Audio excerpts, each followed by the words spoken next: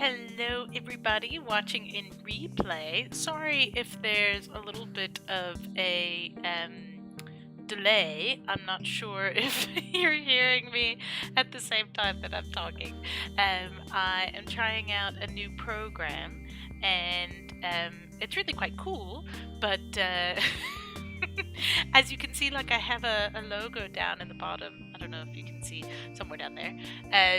Which is awesome, but it just does mean that it feeds through to Facebook, and I think there's like a bit of a lag. So if you comment, I'm not ignoring you. I just have not seen your comment yet. So anyway, today I wanted to talk a little bit about friendship in the digital age.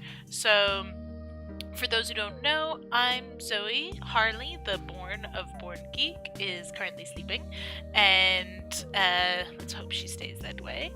And I wanted to chat to you about friendship, just because I think that friendship is one of those things that,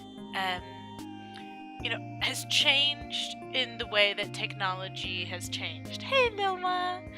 I think that as technology has moved forward and made us more interconnected, and we have social media, and we have all these great messaging programs, all these apps and programs that allow us to stay in touch.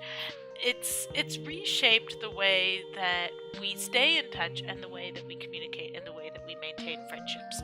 So I thought I would just dive right in and talk about all of those things. And so the first thing I wanna sort of touch on is, what do we expect from friendship? Like, I think our notions of what it means to be a friend might have also changed, which also might mean why people are satisfied or dissatisfied with new forms of friendship. So to me, it's mainly centered around feeling understood, around feeling like there's someone who I can talk to, who I can reach out to if I need something. Not necessarily, reaching out and borrowing a cup of sugar, although that's always appreciated. And I do have a friend just across the road who I have literally gone across with a cup and said, "Can I borrow some sugar?" It's not just about necessarily the physical presence of a friend, but it can also just be the emotional presence of a relationship. And I think that that's something that's really shifted in terms of how we can be emotionally present for people, even if we can't be physically present for them. So this isn't anything new per se. I mean, like, the idea of being in touch with people over email and over Skype and all these different programs has been around for as long as those programs have been around. So there is that. But I just think that there's been a shift in terms of the way that we engage with our friends. So to give an example, back in the day, you might meet someone, become friends with them, and you would go for lunch with them every day. And that would be how your friendship builds up. And so every day you would go out to lunch with the same person, and eventually, that bond would become stronger and stronger, and over the, course of time, you would tell them everything and all of that. Now, I think about some of the people I'm closest with, and how we shared that closeness, and how we became the way that, how we became closer. And for me, a lot of that actually happened through WhatsApp. A lot of that happened through Facebook and Twitter, and just kind of making jokes, or checking in throughout the day and on different days, and being aware of like the news stories they were reading and commenting on it, or being aware of what they were thinking about or feeling and commenting and sharing it. And from that, it grew into something deeper. And I think it's worth noting that just because you're not seeing someone doesn't mean that the friendship isn't growing. And it's a tricky situation. Like, you want to be present with the people you're with. So for example, like, Dean and I don't have cell phones when we're eating dinner or whatever. Like, we just don't do that, because that would be ignoring each other, or whatever it might be. But that doesn't mean that when I'm on my phone, I'm just getting up to nonsense, like I'm just wasting time or something. Like, I am messaging with friends and I am continuing to build friendships and to engage with people and to interact in ways that didn't used to be possible and that can actually lead to much deeper friendships. I just kind of want to backpedal for a moment here at this point because I wrote a blog post about a week or two ago just about how to make friends, and build friendships um, in person and online. And one of the things I talked about was just the kind of regular interactions. And I think it's something that I often see these posts that go around on social, like, I don't do small talk, I want real, meaningful, deep conversations, blah, blah, blah. And I agree. Like, I absolutely love deep, meaningful conversations where you bare your soul to someone and really feel seen and heard and all of that. But I don't bare my soul to strangers. And so, how do you get to the point of trusting someone? How do you get to the point of wanting to share, who you really are with someone? I think it's through the small talk. It's through the smaller things that you can find common ground on. Like, oh, you read this book and liked it. I read this book and liked it. Oh, you hate cold weather. I hate cold weather. You like hot chocolate. I like hot chocolate. Speaking of which, I'm gonna drink this before Stacy comes on and yells at me for not drinking my hot chocolate. Last time, I almost didn't drink my hot chocolate and she got very irate. But this is just it, is that, we don't necessarily connect with people on deep and meaningful levels right away. We don't know that about them yet, and personally, I'm not willing to share those things immediately, and I'm sure most of you aren't either.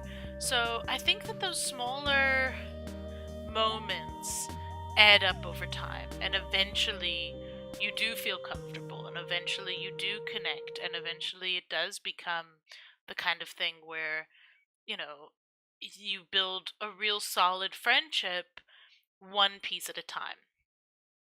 Um, that said, like, I think it's a funny thing about social media. Like, the people that we stay in touch with that, previously, when I moved overseas, when I first moved from New York to Holland when I was in the middle of high school, we had internet then. It wasn't like, oh, the internet didn't exist. I'm not that old. So when we moved, we had the internet and I had access to all my emails and some of my chat programs and all of that. And some people I managed to stay in touch with, and like we would email and send pictures, and I would visit when I would come back and things like that. But it was the friendships that you didn't expect that were maintained. It was the people who really made an effort who stayed in touch with you. And I still think that's true to a degree, but at the same time, like, I think Facebook takes a lot of the hard work out of it for us. So, for example, there are these old friends that I went to summer camp with who I honestly, like, in recent years haven't made much of an effort with. I'll wish them a happy birthday if Facebook tells me it's their birthday. And I'll comment when their pictures pop up on my newsfeed saying, oh, your kids look cute, or you look happy, or that looks like a cool dinner, or whatever, like. But it makes it so much easier that it's not like I had to reach out and send them an email and be like, hey, how are you? How's life? Do you have children? Can I see a picture? Oh, now they're cute, It's Facebook kind of takes the effort aspect out of it. Everybody just shares. And then if you happen to see their picture, then you can be like, oh, hey, things look good. Like, I don't know, it's one of those things where, on the one hand, I think that it makes it easier, and on the other hand, I think a lot of people feel like it isn't as authentic. So, for example, I suck in real life at remembering birthdays. I'm good with, like, a core bunch of people who I have to remember birthdays for. But, like, I have many friends where I'm like, sorry, I think it's November, June, one of those months. And I'm just terrible at it. And Facebook takes a lot of that stress away. Like, Facebook just makes sure it happens. And I remember, because not that I remember, but Facebook remembers, and it tells me when it's someone's birthday. And I can just be the idiot who didn't remember. And then Facebook tells you, and you actually get to reach out to people who maybe you do care about, and maybe you would want to wish a happy birthday to.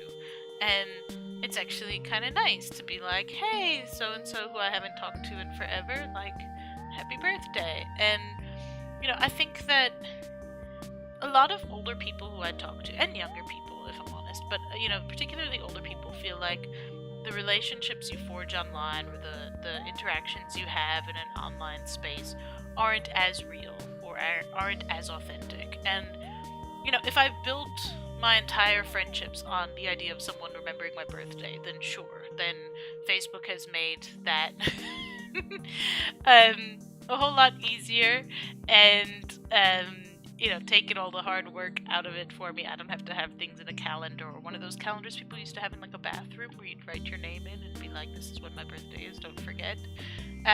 No, we don't have to have it anymore. Facebook does all that work for us, and that's wonderful. But at the same time, I think that you have to then decide where you build your friendship upon. Is it just the effort that someone puts in to remember your birthday, to send a message, or is it built on something else? I just want to pause here for a moment and ask any of you, feel free to comment, like, how many people do you consider very close friends? Like, do you think you have a circle of like 2 close friends, 5 close friends, 10 close friends? Like, how big would you say your social circle is? So that's my question for you for today. Like I say, there's a bit of a lag on my app to Facebook, so if you've responded and I haven't, commented on your response yet, I'm sorry. I promise I will. So I think the other thing is that, previously we were kind of constrained in terms of who our friends could be. So, unless you lived in like a big city with lots and lots of people who you were able to connect with, generally the friends that we made early on in life were our friends for life. And maybe you'd meet new people and forge new bonds, maybe like when your kids start school, you might make friends with some of those parents, you might meet new people at a new job or something like that, but the circle itself was quite contained. Now, with the internet and WhatsApp and Facebook and Twitter, you can forge really deep and meaningful bonds with people who you might never actually meet in person. And I think it's important to validate those bonds as well. Like, it's not like, oh, this is an online friend, they don't count. Like, some of those connections that I've made, they actually can, in some moments, feel more genuine or closer than friendships with people who I might be able to see. That said, the people who I do get to see, I feel like it's extra special. It's like an extra special moment that I get to actually see someone in real life and share coffee and have a chat and see their facial expressions instead of just reading their emojis and, their comments or whatever and trying to infer what they mean, or what they're thinking. But I think that there's, it's kind of a double-edged sword in the sense of, when you've got a limited bunch of people who you can become friends with, then you kind of get into a beggars can't be choosers thing, so you connect that you like the same music and you like the same movies and you have a similar idea of, politics or religion or whatever, some of the hot topic, hot button topics. I don't really know what that expression is. Hot topic. I don't know. Anyway, you share enough points on the spectrum in terms of what you agree on that you can be friends. Cool. Now with, the whole world being open for friendship, the whole world being available to kind of say like, oh no, we connect on this and this and this, you can kind of be a bit pickier. Like, I can say, okay, I only want to become friends with people who are smart and have a great sense of humor and share similar political views and have a similar education level. And you can kind of like really, not that you would narrow down your friend selection that way, because that would be really, really creepy. Um, but you can, you don't have to compromise to the same degree, because you just have access to that many more people in the whole wide world who you might want to be friends with. And I think that's really quite cool. I think that it changes the game a little bit. Like, it makes it that, you can become friends with someone for whatever reason that you like them, whether they tweet things that are funny, or you catch up regularly on WhatsApp and send each other messages or funny stories or whatever, voice notes and things like that. It just kind of opens things up a bit in terms of not needing to compromise to the same degree. Although, obviously friendship is compromise like any relationship, and you have to accept people for who they are and all those good things. But I just think that there's a type of closeness that you can get with someone online that is different from what you get in person. And obviously some of us are very lucky. Like, I've met some amazing people in real life who have been lifelong friends who I adore. And it's just worked out brilliantly that way. And a lot of us have those kinds of friends, but it's kind of nice that we don't have to rely on the chance of geography to meet people who we connect with. We don't have to rely on the luck of being in the same location.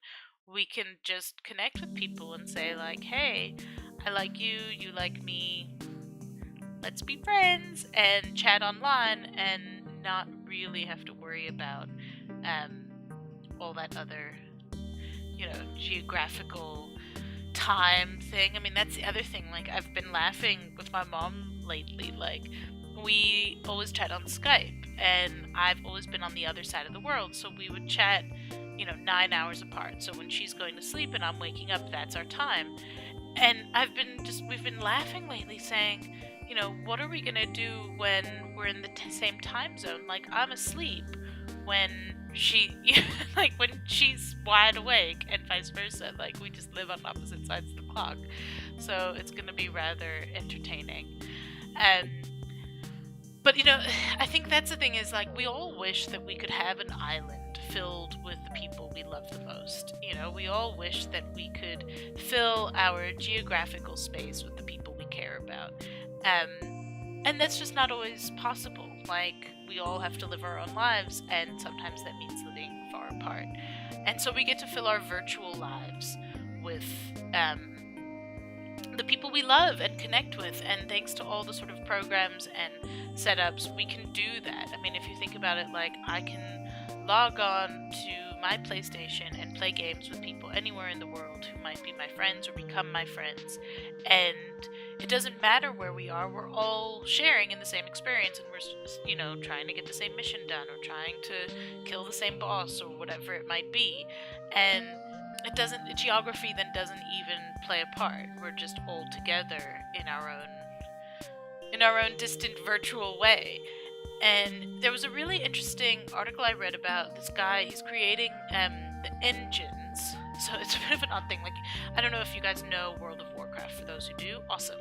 And it's this massive multiplayer game that, like, hundreds of thousands of people, millions of people play all at the same time. And he builds the engines that these games run on. So, basically you can be a developer, have an idea, use this engine, and you don't have to do as much of the hard programming to make the game run. Anyway, so he was talking about, and these games, the engine he built specifically is for virtual reality. And he was talking about it and explaining that, we have this concept that games and gaming is escapism, that, we plug in and we lose ourselves for hours in a gaming experience by ourselves or with other people, if you're playing a multiplayer game, but it's escaping from the real world. And this guy was saying, well, like, how many people do there need to be for it to be real? Like, what kind of numbers are we talking about here? So his argument made a lot of sense to me. It was basically like, okay, so if 100,000 people are playing the same game, that's like a town. That's like a village or a town. That's that's real. That's a shared experience that 100,000 people share together. So it's real. We can't just downplay it because it happened online. It's just as real and relevant to that person's character formation and personality as any other real life experience. I think, yeah, I think there is that, Liz, as well. Like, there's the balance of what do we show our kid, and also like how much time do you want to spend on a phone. And even if it is real time that you're chatting to a friend, it's also real time that your face is in a screen and not necessarily looking at your kid. And also, I mean, what is the example that we're teaching our kids? If you remember that, by the time they make friends, by the time they're socializing, this might not even be a debate for them. This might not even be a question for them. I mean, it could be the type of thing where, they come home from school and they log into their VR world and they hang out with their friends in VR. Screw WhatsApp, screw Skype or chat or whatever. They're literally, going skateboarding with friends in virtual reality from the safety of their home. We just don't even know. I mean, we don't know what kind of future they could be experiencing, and it's kind of terrifying, but it's also like, if we say, oh no, your real friends only exist in person, what if, by the time they have kids, their kids are, never leaving the house for school, everything is done from home, you put your VR headset on, and that's your whole life. I mean, it's just scary to think about where the future is going and what we could end up seeing in terms of real and virtual reality and digital space. I mean, it's all progressing so fast. Like, I send hugs and I send love to friends, in Cape Town, to friends on the other side of the world, at the same time that I'm sending hugs to a friend who's literally, 5 steps away. But it's not easier, but it's more convenient for both of us for me to send a hug virtually than in real life. And I mean, my mom and I used to do it. We would sit in the same room, and rather than say out loud, like, oh, I'm going to the kitchen, would you like a drink? We would message each other online and be like, I'm going to the kitchen, would you like a drink? So that if the other one was busy reading something or doing something or writing something, they didn't have to break their train of thought in that moment. They could, finish their sentence and then switch over to the chat program and go, oh, yes, please, I would love a coffee or whatever. And, it's just, I think we respect each other's space in our heads more, and we also let people into the space in our heads more. Oh my, yes it is, it's totally us. And that's just it is. I think that, if someone takes the time out of their day to send me a WhatsApp message saying, hey, I'm thinking about you, love you, let's chat soon. That to me is in many ways better than someone just showing up at my door. Like, imagine, like, someone just knock, knock, knock, hi, how are you? Was thinking about you, thought I'd come see you. It's kind of like, but I'm not dressed and my house is a mess and I'm actually busy, but thanks. Like, I don't know anyone who really wants that. How many people do I know who don't even like to get phone calls? Like, they don't even want the phone to ring. It's like, why couldn't you send a text? Why couldn't you send a message? Don't phone me. Like, this is creepy and weird. We just kind of are so in our own spaces now and enjoying our own headspace that we want to let friends in and we want to have those connections, but it has to fit in on our timing and our terms in a way that I don't know we used to have, or at least we used to be able to articulate or demand. So, I think it's kind of gone both ways. On the one hand, we might neglect the people we're with in person because we're so focused on the digital and on staying in touch with friends who maybe we don't even meet in real life, or just staying in touch with friends. Who cares whether we meet them in real life or not? They're still friends and we want to put our attention to them. But you still also have to find the balance of, being open and aware of the friends you're with and not, being one of those people who is always messaging the people who aren't there, is always kind of like, oh, these ones are here, this is what's happening elsewhere, almost like a FOMO thing. I hate that expression. I hate FOMO. But there is that kind of vibe where, I know plenty of people who always need to be messaging someone, always need to be in contact with someone, instead of maybe putting their phones away and just enjoying being in the moment with someone. So yeah, I think it's tricky. I think it's a tricky balancing act, but I think it's a worthwhile one. I think that I have forged closer bonds with people thanks to social media. I mean, all of you guys who get to watch me and see me live, and it's like, we're connecting now. Like, you get to see me in my, comfy winter weird poncho thingy. You get to see Harley when she loses her mind and wakes up randomly on stream. You get to see me drinking my hot chocolate. We're connecting, even though you don't have to get dressed and come and see me, or I don't have to get dressed and come and see you. We can actually just be in touch and drink our hot chocolates, or whatever you guys are drinking, I don't know, and still feel close to each other without necessarily needing to be physically close to each other. And in the end, that's what friendship is about, is the emotional support, the emotional connection, for me anyway. It's like, if I need to move, I'm not going to phone most of my friends and ask for them to come with a truck. Like, I don't think it's that. Yes, Janelle, that is true. Wine would be really nice. If only, I could deliver wine. I think that's what I must do, is, use one of those Netflix type things and, deliver wine to my friends, and then we could both have wine at the same time. Because that's what I'm missing with digital friendship, is that we're not here, I have wine, you should be here. I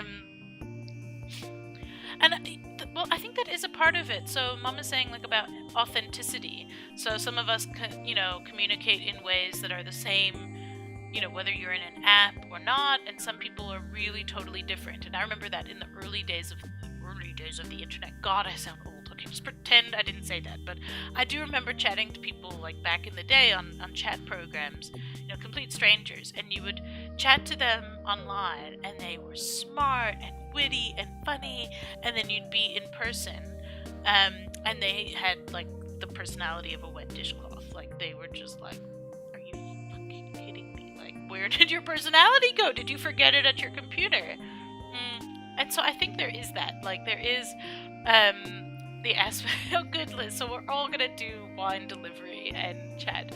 But I do think there is that I do realize I might be a little bit different in chat versus in real life, or on Facebook Live as compared to in person. But I think in general it's pretty close. I might not always have a beverage in hand. I might not always have a prepared topic, obviously. But I think in general, my cadence is the same, my use of language is the same. I probably swear a bit more in person. That's probably the difference. But otherwise, I think it's about the same. So, I think I try and be as authentic as possible, no matter where I am. But some people really have, these online personas, and then it really can make friendship more difficult. Thanks, Mom. But it can make friendship more difficult. There's a guy who I've had unfortunate run-ins with on Twitter, and he's really just not a nice person on Twitter, but in person he's always super polite to me. So I always thought the Twitter persona is really an asshole, but in real life he's nice, so it's okay.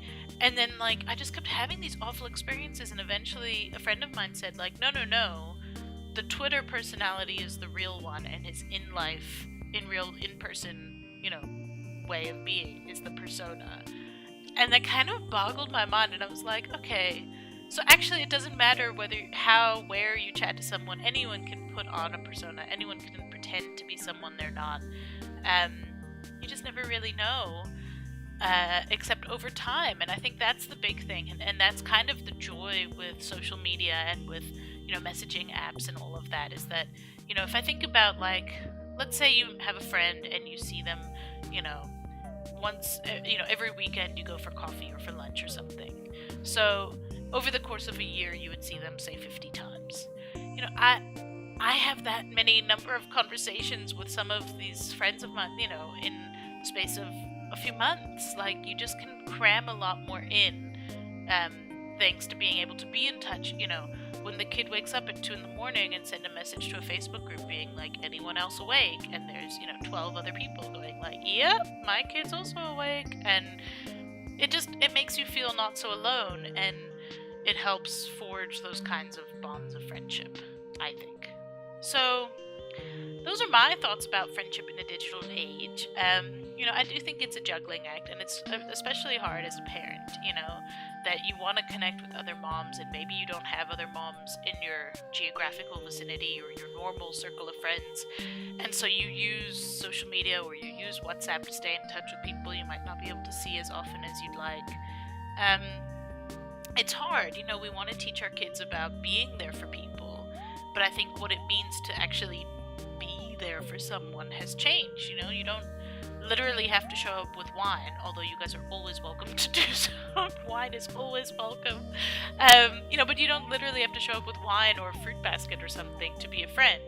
You can show up in a WhatsApp group and be supportive of someone when they need it, and that's just as helpful and just as relevant and just as important.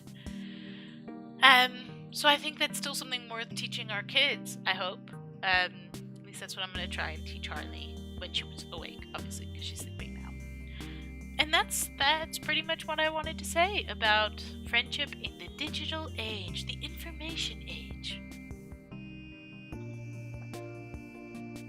So, anyway, if I don't see any comments from you, and like I say, there is a delay, so I do apologize. But I just want to say thank you all so much for watching, and just remember that I do this every Sunday and Wednesday at 8 o'clock, and I look forward to seeing you all again on Sunday. Bye! Thanks for watching!